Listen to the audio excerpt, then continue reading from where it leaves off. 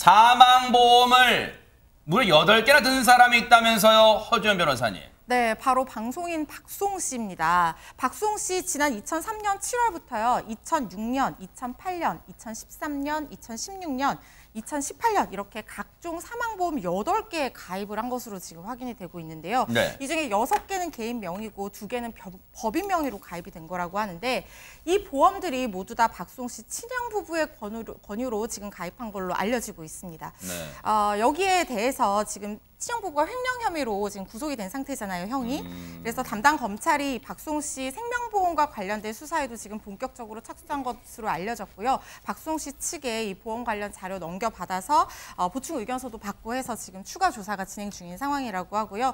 말씀드린 것처럼 친형 박 씨는 지금 특정경제범죄가중처벌법상 횡령 혐의로 구속된 상황이고 아내와 함께 매니지먼트 법인 설립한 뒤에 배분 약속을 지키지 않고 지금 출연료 160억 원 가량을 횡령한 혐의를 받고 있는 상황입니다. 앞서 그래픽 좀 보여주세요. 그 위에 보면 이제 연도가 나와요. 이제 저게 뭐냐면 사망보험 이 보험을 가입한 이 연도겠죠. 2003년에 처음 가입을 하고 근데 친형 부부의 권유래요. 보험을 가입하게 된 게 2003년, 2006년, 2008년, 2013년, 2016년 최근 2018년까지 차례로 사망보험 8개를 가입하는데 개인명 뭐 어떨 때는 2개씩 가입하는 해도 있겠죠. 그러니까 8개가 된 거예요. 개인명이 6개, 법인명이 2개, 총 8개의 사망보험을 가입했는데 백성문 변호사님께 여쭤볼게요. 네. 한 사람 앞에 사망보험이 8개나 들어있다. 이게 상식적인 얘기입니까? 도저히 좀 이해가 안 가죠. 그러니까 뭐 박송 씨가 지금 아직 미혼이면 통상적으로 뭐 상해보험이나 뭐 실손보험이나 이런 거를 보통 이제 가입을 하지 사망보험을 본인이 사망한 이후의 일을 저렇게 많이 가입할 이유가 없죠. 그러니까 지금 통상적인 보험 유지하는 금액에서 물론 사망보험도 가입할 수 있습니다. 남겨진 가족들을 위해서. 근데 지금 저 상황 자체가 일단 뭐 좀 이따가 수익자가 누군지도 좀 살펴봐야겠습니다만 현재 박송 씨 명의로 가입돼 있는 이런 여러 가지 보험들 개수를 봤을 때 사망보험금의 개수가 좀 지나치게 과다하게 많다라고 보는 건 너무 상식적인 일인 것 같습니다.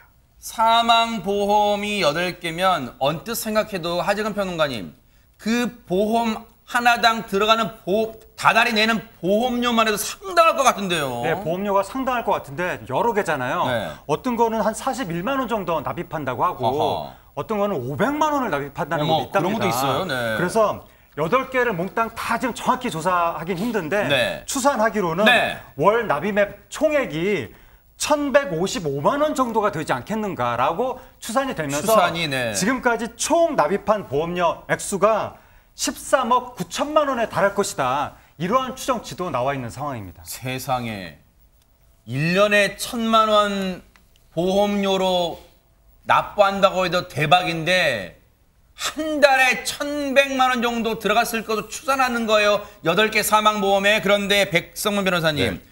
조금 전에도 백성문 변호사님이 그 얘기해 주셨지만 시청자분들 관심이 그걸까요?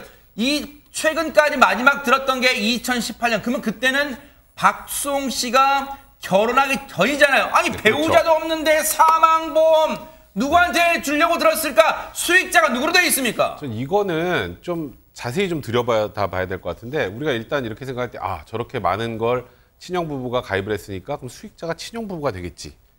그러니까 횡령이지 이렇게 생각할 텐데 일단 개인 명의로 가입된 6개는 부모님입니다. 수익자가. 아하, 네. 그래서 곰곰이 생각을 해보시면 박송 씨가 사망을 해야 지급되는 보험금이잖아요. 네. 그죠?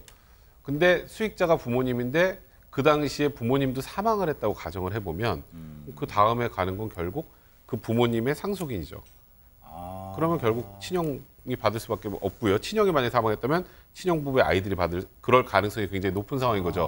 그러니까 어찌 보면 그렇게 승계 순서가 있는 네, 거예요, 그렇죠. 법으로? 이게 만약에 정말 횡령의 의도로 이런 사망보험을 많이 가입을 했다면 본인이 두드러지지 않게 돌아올 수 있는 그런 방식을 택했던 것으로 좀 보이고요. 이건 뭐 제가 지금 단언해서 말씀드리기 좀 어려운 부분입니다. 네네. 그리고 또 법인 명의로 2개가 가입이 됐는데 네. 법인 라일 같은 경우는 이제 박송 씨가 지분의 50%를 보유하고 있는데요. 그 보험이 그것도 역시 박송 씨가 사망하면 수익자를 지정해놓지 않으면 상속인으로 넘어가는 거고요. 지금 메디아붐이랑 친형 부부가 지분 100%를 보유하고 있는데 이런 것들도 법인 명의 보험 수익자는 그러니까 전체적으로 또 친형 부부가 되는 것이 아닌가라고 지금 현재는 추정을 하고 있는 그런 상황입니다. 이 사망보험의 특징은 네. 박송 씨가 수익을 볼 수 있는 구조는 아니라는 그렇네요. 거죠. 네. 맞습니다. 지금까지 언론 인터뷰를 보면 그동안 30년 동안 친형과 형수를 믿었다고 했는데 사망보험, 자기 앞으로 된 사망보험을 8개나 들 동안